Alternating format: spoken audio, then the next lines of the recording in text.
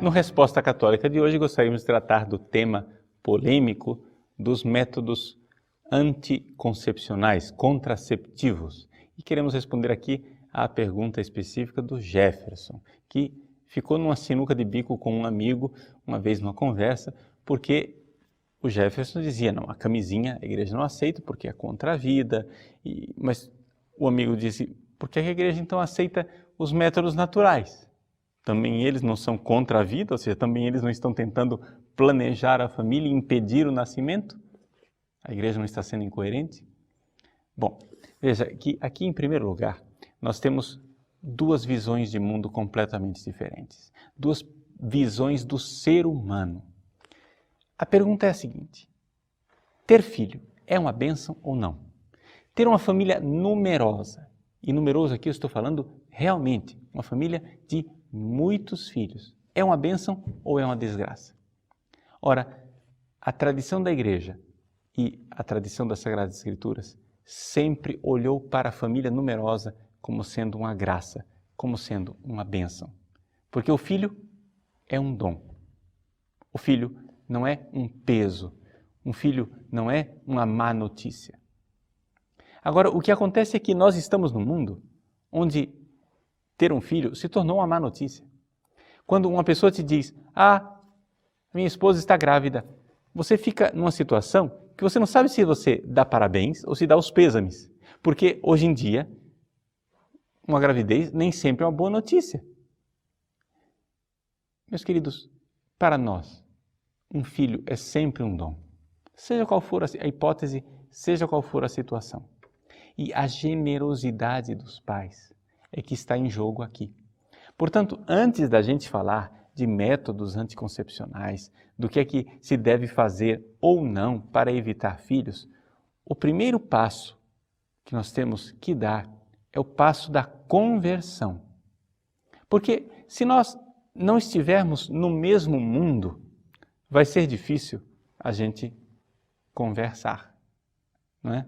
Então, antes de conversa, precisamos de conversão.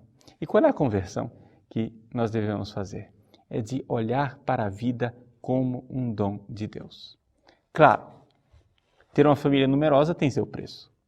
Ter uma família numerosa significa que você não pode fazer férias em Cancún. Significa que você vai ter que apertar o seu orçamento. Mas veja, a vida do dia a dia, ela não é tão cara assim.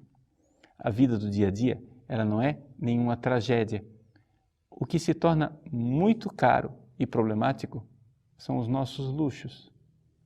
Mas se eu não quiser cortar o luxo, é claro, o filho então se torna um problema, o filho se torna uma má notícia. Você pode ler no Catecismo da Igreja Católica a argumentação da Igreja com relação a essa realidade dos contraceptivos. Está no Catecismo número 2366 e seguintes. Mas eu queria chamar a atenção para o número 2373, que diz: a Sagrada Escritura e a prática tradicional da Igreja veem nas famílias numerosas um sinal da bênção divina e da generosidade dos pais. Este é o ponto de partida, segundo a minha opinião, para qualquer diálogo. Então, nós vemos aqui que não se trata de ficarmos, em primeiro lugar, fazendo discussões técnicas, mas se trata de, em primeiro lugar, mudar a mentalidade para entender que a criança é um dom de Deus. Em segundo lugar, podemos então falar de métodos contraceptivos. A Igreja admite, é verdade, por razões justas, o casal pode querer limitar o número de filhos. Isso está lá no número 2368 do Catecismo. Porém, a Igreja é muito prudente. Veja o que diz o Catecismo. Fala assim: cabe-lhes, aos esposos, verificar que seu desejo não provém do egoísmo. Ou seja, se você quer limitar o número dos filhos por razões egoísticas, você, mesmo assim, está numa situação de fechamento à vida e fechamento ao amor. Portanto, nós temos que entender, gente, quem peca é a alma. Quem peca é o espírito que não ama. O corpo, ele só entra na história do pecado num segundo momento, não é isso? Então, aqui é que está a grande realidade. Nós precisamos ver se a nossa vontade de limitar o número de filhos está de acordo com a justa generosidade de uma paternidade responsável. É nesse mundo aqui que nós nos encontramos então, quando nós debatemos a questão dos anticoncepcionais. Pois bem, então o que é que a Igreja concretamente permite? A Igreja permite concretamente que o casal, como prática para não ter um filho, faça aquilo que é o método perfeito, 100% seguro de não ter filhos. Sabe qual é? Não ter sexo. Ou seja, a abstinência sexual. Se você se abstém de fazer sexo, eu garanto para você, você não fica grávido. De jeito nenhum. Não vai acontecer. Ah, padre, mas espera lá. Aí o senhor pegou pesado, né? O senhor está querendo que a gente fique sem sexo a vida inteira? Não, não estou dizendo isso.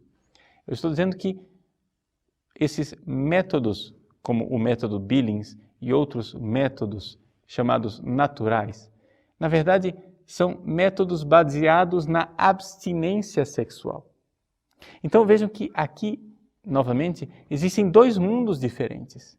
Existe um mundo dos cristãos, onde ficar sem sexo não é o fim da picada. É possível, é real. Eu posso me mortificar e ficar sem a prática sexual por períodos. E se por acaso, neste período em que eu esperava que não houvesse fecundidade, vier uma criança, eu aceitarei essa criança na generosidade de uma paternidade responsável. Então, veja, o argumento de que os métodos naturais não são 100% garantidos, não são argumentos válidos. Por quê?